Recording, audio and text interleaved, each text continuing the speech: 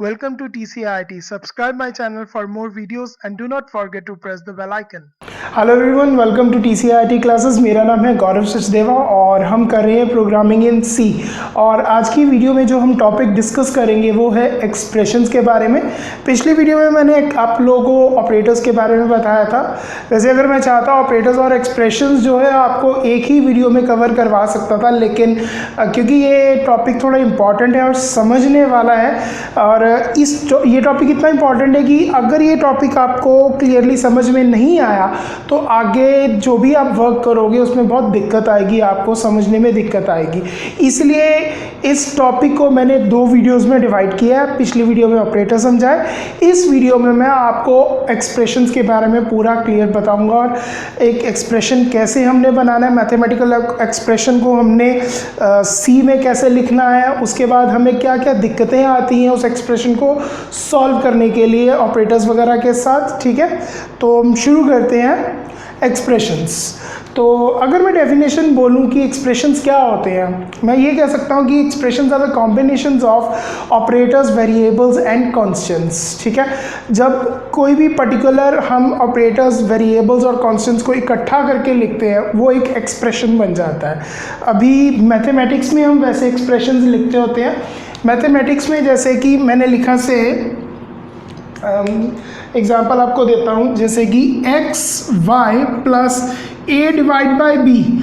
अब ये तो मैथमेटिक्स में मैंने इसको लिख दिया और अच्छे से सॉल्व कर दिया। ठीक है, मुझे पता है एक्स वाई इकट्ठा लिखा तो ये एक्स और वाई मल्टीप्लाई हो रहे हैं, बट मैंने प्रोग्रामिंग में इसको लिखना है और प्रोग्रामिंग में मुझे एक एक स्टेप, एक एक चीज़ प्रॉपरली बतानी पड़ती है। ठीक है, तो इसको मैं प्रोग्रामिंग में कैसे लिखूँगा, इसको मैं लिखूँगा x multiply by y plus a divide by b. इस एक्सप्रेशन को मैं प्रोग्रामिंग में इस तरीके से लिखूंगा, फिर इसको हम आगे इवैल्यूएट करेंगे। इसके अलावा कुछ और भी एक्सप्रेशंस होते हैं, जैसे कि A B C divide by whole divide by X. अब इस एक्सप्रेशन को हम लिखेंगे A multiply by B multiply by C. इसको ब्रैकेट में डालूंगा क्योंकि ये सारा का सारा ही डिवाइड हो रहा है एक्स और वाई के साथ। Whole divided by x multiply by y. इस एक्सप्रेशन को मैं सी लैंग्वेज में इस तरीके से लिखूंगा। या हम इसके अलावा एक और एक्सप्रेशन लिखते हैं, like A plus B whole square is equal to A square plus B square plus 2ab। ठीक है, तो A square plus B square plus 2ab। इसको मैं लिखूंगा, ए स्क्वायर का मतलब हुआ ए मल्टीप्लाई बाय ए, तो इसको लिखूंगा A multiply by A plus B multiply by B plus, अब ये ब्रैकेट नहीं भी डालेंगे तब भी कोई प्रॉब्लम नहीं, plus 2 multiply by a multiply by b. ठीक है, ये चीज़ इस तरीके से ये एक्सप्रेशन सॉल्व होगा। और इसके अलावा एक और एक्सप्रेशन है, वो भी आपको बताता हूँ मैं। वो इस तरीके से है, जैसे कि 5 plus A divided by B plus 1 upon C. अब इस एक्सप्रेशन को कैसे लिखूंगा मैं, इसको लिखने के लिए 5 plus a divide bye bracket, क्योंकि ए के नीचे है सारा। ठीक है, बी प्लस 1 डिवाइड बाय सी। ये एक्सप्रेशन इस तरीके से लिखा जाएगा। तो ये तो था, आपको समझ आ गया होगा कि हम जो मैथमेटिकल हमारे एक्सप्रेशंस होते हैं उसको हमने कंप्यूटर लैंग्वेज में कैसे लिखना है, हमारे प्रोग्रामिंग लैंग्वेज में, सी लैंग्वेज में। ठीक है, तो अब हम करेंगे इसके बाद कि इन एक्सप्रेशन को सॉल्व करते टाइम जो प्रॉब्लम्स आती हैं, ठीक है, कौन सी चीज़ पहले सॉल्व होगी वो कैसे पता लगेगा। तो अब प्रॉब्लम आती है ऑपरेटर्स के साथ हमें कि कौन सा ऑपरेटर पहले वर्क करेगा। जो नॉर्मल हम कैलकुलेशन करते हैं, ठीक है, मैथमेटिक्स की, उसमें तो हम एक फॉर्मूला लगा लेते हैं जिसको हम बोल देते हैं बॉड मास, ठीक है, bracket of divide multiply add subtract, ठीक है। ये इसके अकॉर्डिंगली कैलकुलेशन चलती है, ऑपरेटर्स हमारे प्लस माइनस, ठीक है। इसमें तो जो बॉड मास में ऑपरेटर्स चलते हैं वो तो ब्रैकेट्स आ गई और अरिथमेटिक ऑपरेटर्स आ गए सारे, पर जो हम सी में यूज़ कर रहे हैं, आपको मैंने पिछले वीडियो में बताया था कि कितने ज़्यादा ऑपरेटर्स हैं, कौन सा ऑपरेटर किस तरीके से वर्क करेगा। इसमें हम बताते हैं जिस ऑपरेटर की प्रायोरिटी सबसे हाईएस्ट होती है वो सबसे पहले वर्क करता है, जैसे ब्रैकेट ऑफ, फिर डिवाइड, फिर मल्टीप्लाई, फिर ऐड, फिर एंड में सब्ट्रैक्ट वर्क करता है। अगर ये इकट्ठे के इकट्ठे आ जाए, जैसे कि मैंने आपको कुछ ये बताई थी एग्जांपल्स, इसमें सबसे पहले ये ब्रैकेट सॉल्व होगी, फिर डिवाइड होगा, ठीक है। अब ब्रैकेट में पहले डिवाइड होगा, फिर ये टोटल होगा, ये सॉल्व होगा, फिर ये डिवाइड होगा, फिर ये 5 का आंसर आएगा, ठीक है। आपको मैं एक एग्जाम्पल करवा देता हूँ और उसके बाद फिर उस एग्जाम्पल के बाद मैं आपको बताऊंगा प्रेसिडेंस और एसोसिएटिविटी ऑफ ऑपरेटर्स, जिससे आपको क्लियर हो जाएगा कि कौन सा ऑपरेटर सबसे पहले वर्क करेगा, और प्रेसिडेंस और एसोसिएटिविटी का मीनिंग भी तब आपको क्लियर करेंगे। सबसे पहले हम करते हैं एक एग्जाम्पल। तो ये हमारे पास एक प्रॉब्लम है, इसको हमने इवेल्युएट करना है और ए का आंसर निकालना है। क्वेश्चन है 5 multiply by 4 divide by 2 plus 8 divide by 3 plus 9 minus 7 plus 12 divide by 4। अब इसको सॉल्व कैसे करेंगे? अब जैसे नॉर्मली मैथमेटिक्स में हम करते हैं, बॉड मास का फॉर्मूला लगा लेते हैं, ठीक है। जो ब्रैकेट पहले आई है तो ब्रैकेट सॉल्व करेंगे, फिर ऑफ पे डिवाइड करेंगे, फिर मल्टीप्लाई, ठीक है। तो अब इसमें क्या है, इसमें कुछ ऑपरेटर्स ऐसे हैं जिनकी जो प्रायोरिटी है, जो हायर प्रायोरिटी वाले ऑपरेटर्स होंगे वो पहले सॉल्व करेंगे, ठीक है। तो सबसे पहले हम करते हैं फिर 5 × 4। सी में डिवाइड और मल्टीप्लाई की जो प्रायोरिटी होती है वो सेम होती है, सो जो सबसे पहले आया हम उसको सॉल्व कर सकते हैं। तो सबसे पहले मैं ये चीज़ सॉल्व करूँगा, इधर चाहे ये कर लो चाहे ये कर लो, आंसर सेम आएगा। अगर आप बॉड मास के अकॉर्डिंग कहते हैं तो मैं बॉड मास के अकॉर्डिंग भी कर देता हूँ। जैसे सबसे पहले मैं इस चीज़ को सॉल्व करूँगा, इन डिवाइड्स को। तो सबसे पहले हम डिवाइड्स को अगर सॉल्व करते हैं तो इसका आंसर आएगा 5 मल्टीप्लाई बाय 2 प्लस 3, इधर आएगा 2.666, ठीक है, और प्लस 9 माइनस 7 प्लस इसको सॉल्व करेंगे तो आएगा 3। अब इसमें हम इसको सॉल्व करेंगे तो ये जब सॉल्व होगा तो मतलब कि अब मल्टीप्लाई सॉल्व हो रहा है। 5 2 = 10 प्लस 2.6 एंड प्लस 9 माइनस ये 6 जो है 2.666 काफ़ी आगे तक, इसलिए मैंने इसको ऐसे 2.6 ही लिख दिया। 9 माइनस 7 प्लस 3। तो अब होगा एडिशन, इसमें एडिशन में 10 प्लस 2.6 ये, और देन साथ में ये भी ऐड होगा प्लस 9 और ये भी ऐड होगा। पर अब यहाँ पर एक चीज़ का ध्यान रखना है, 10 प्लस 2.6 इज 12.6, 12.6 प्लस 9 इज, तो हुआ 21.6। अब यहाँ पर माइनस का साइन है, इसको इग्नोर नहीं कर सकते। अब बेसिकली ये जो है -7 प्लस 3 हो रहा है, यहाँ पर कई लोग गलती कर देते हैं, 7 प्लस 3 आंसर लिख दिया 10, ठीक है, तो यहाँ गलती हो जाएगी, -7 और 3। अब यहाँ पर जो आंसर आएगा वो आएगा -4, ठीक है, क्योंकि ये -7 प्लस 3 है। ये जो माइनस है ये यूनरी माइनस है। यूनरी माइनस मतलब कि जो सी में यूनरी माइनस भी होता है प्लस भी होता है, किसी भी नंबर के आगे अगर साइन माइनस का लगा दिया तो उस नंबर को नेगेटिव में कन्वर्ट कर देता है, और अगर नहीं साइन लगा तो वो ऑब्वियस है पॉजिटिव नंबर है।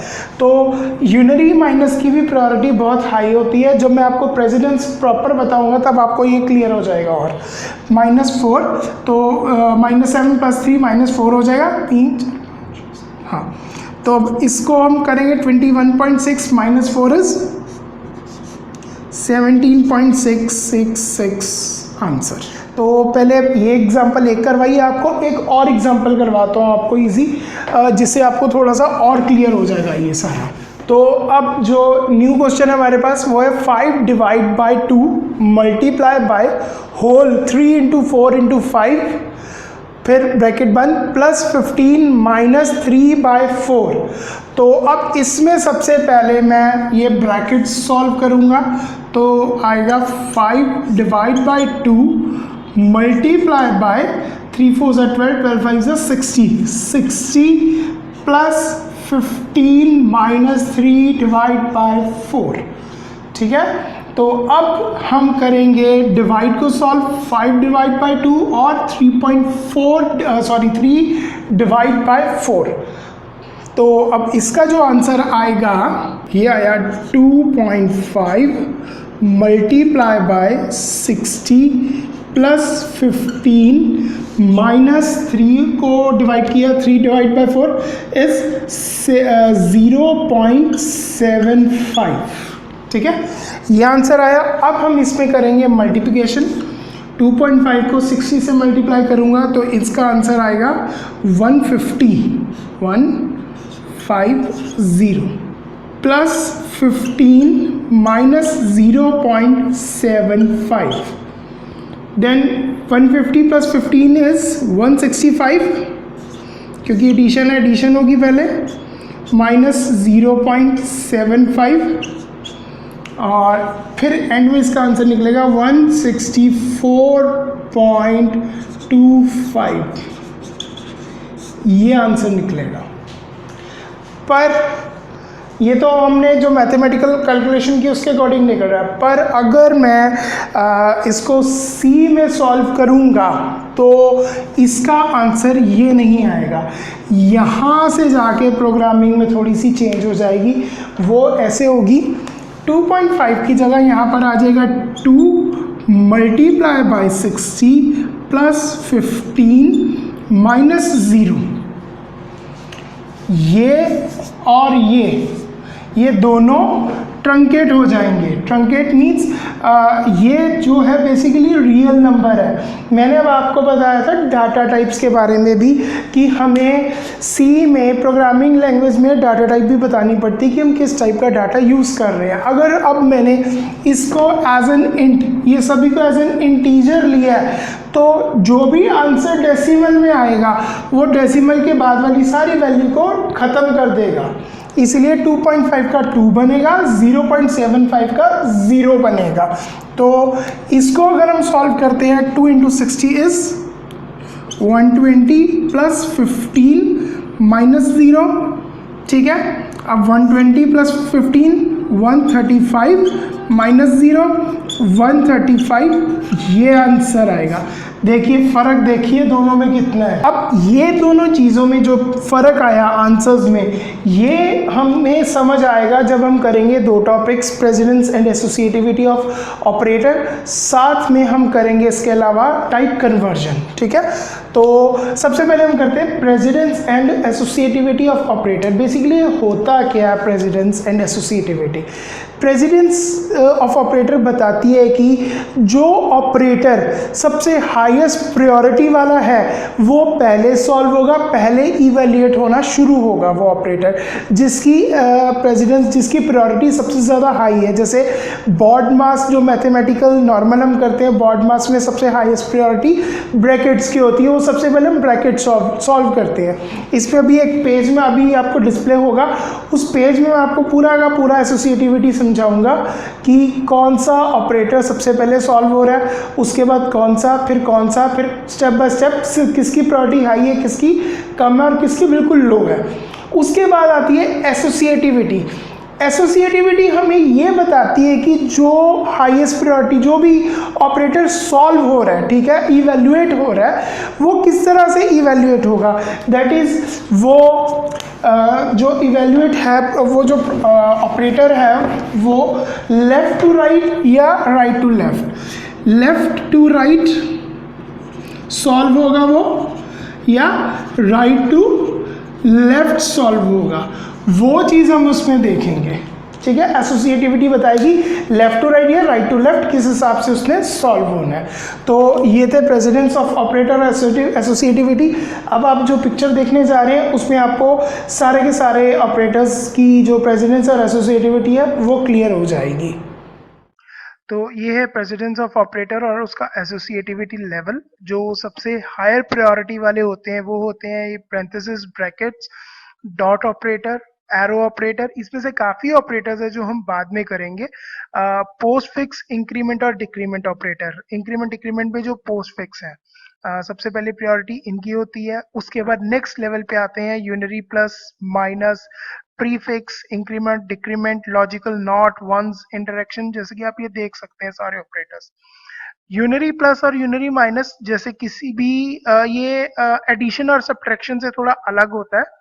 जैसे कि किसी भी ऑपरेटर के आगे किसी भी वेरिएबल के आगे जब हम ये ऑपरेटर लगा देते हैं तो वो वेरिएबल चेंज हो जाता है। जैसे कि मैं एक वेरिएबल है से x, उसकी वैल्यू 3 है, तो मैंने 3 के आगे माइनस लगा दिया तो वो नंबर नेगेटिव हो जाएगा, और अगर प्लस लगा दिया तो वो पॉजिटिव हो जाएगा नंबर। इसके अलावा मल्टीप्लिकेशन, उसके बाद आते हैं फिर मल्टीप्लिकेशन, डिवीजन, मॉड्यूलस, जिनकी प्रायोरिटी लेवल 3 है। और एसोसिएटिविटी देखिए कैसे वर्क कर रहे हैं, left to right, right to left, left to right, फिर addition, subtraction, left to right. और ये देखिए जो प्रायोरिटी लेवल में सबसे मतलब बराबर होते हैं, जैसे मल्टीप्लाई, डिवाइड और मॉडुलस, इनकी जो प्रायोरिटी लेवल है 3 है, तो ये कैसे सॉल्व होंगे? तो फिर जो सब first come first serve basis वाला वर्क चलेगा। जो ऑपरेटर सबसे पहले आएगा वो सबसे पहले सॉल्व होगा, जो बाद में आएगा वो बाद में सॉल्व होगा। इसके अलावा ऐसे ही लेफ्ट शिफ्ट है, राइट शिफ्ट है, देन ये लेस देन और इक्वल टू रिलेशनल ऑपरेटर्स आ गए। उसके बाद bit wise level, bit level पे वर्क करने वाले हमारे ऑपरेटर्स आ गए। और फिर असाइनमेंट और रिथमेटिक असाइनमेंट ऑपरेटर्स आ गए साथ में। और सबसे जो एंड में है वो है कॉमा ऑपरेटर। तो ये था सारा हमारा एसोसिएटिव। तो ये थी precedence and associativity of operators. अब हम करेंगे टाइप कन्वर्जन। टाइप कन्वर्जन जैसा कि मैंने उस प्रॉब्लम में आपको बताया था कि दोनों आंसर्स में बहुत ज़्यादा फ़र्क आ रहा था, एक में 164 समथिंग और एक में 135 आ रहा था आंसर। तो ये फ़र्क कैसे आया? ये फ़र्क आता है जब टाइप कन्वर्जन होती है। सबसे पहले आपको बता दूँ टाइप कन्वर्जन के बारे में।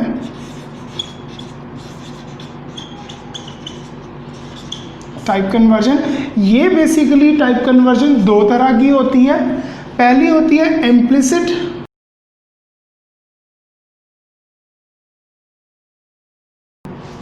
टाइप कन्वर्जन और एक्सप्लिसिट टाइप कन्वर्जन। जो इम्प्लिसिट टाइप कन्वर्जन होती है इसको हम ऑटोमेटिक टाइप कन्वर्जन भी बोल देते हैं। ऑटोमेटिक इसलिए क्योंकि ये ऑटोमेटिकली एक डाटा टाइप को दूसरी डाटा टाइप में कन्वर्ट कर देती है। अब वो एक डाटा टाइप को दूसरी डाटा टाइप में कैसे कन्वर्ट करेगी? जो सबसे छोटी डाटा टाइप होगी वो उससे बड़ी वाली डाटा टाइप में कन्वर्ट हो जाएगी। जैसे कि जो कैर है, कैर या शॉर्ट, ये ऑटोमेटिकली कन्वर्ट हो जाएगा इंट में। इंट ऑटोमेटिकली कन्वर्ट हो जाएगा अनसाइंड इंट में।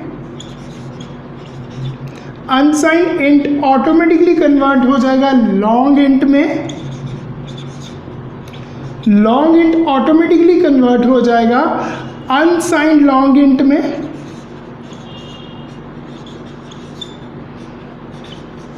Unsigned long int automatically convert हो जाएगा फ्लोट में।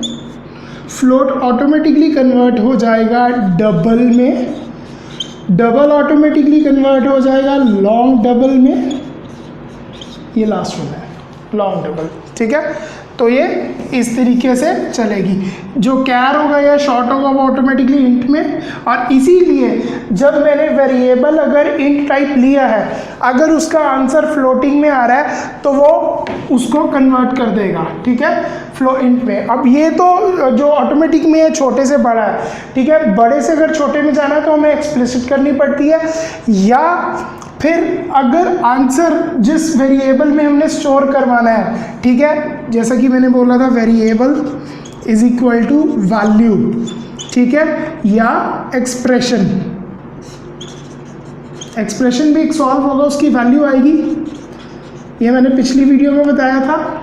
अब ये जो सॉल्व हो रहा है, ये जब वैल्यू यहाँ पर स्टोर होगी, अब इसकी भी डाटा टाइप मायने रखती है ना, ये जिस डाटा टाइप को होगा उसके अकॉर्डिंग ये भी सारे सॉल्व होंगे।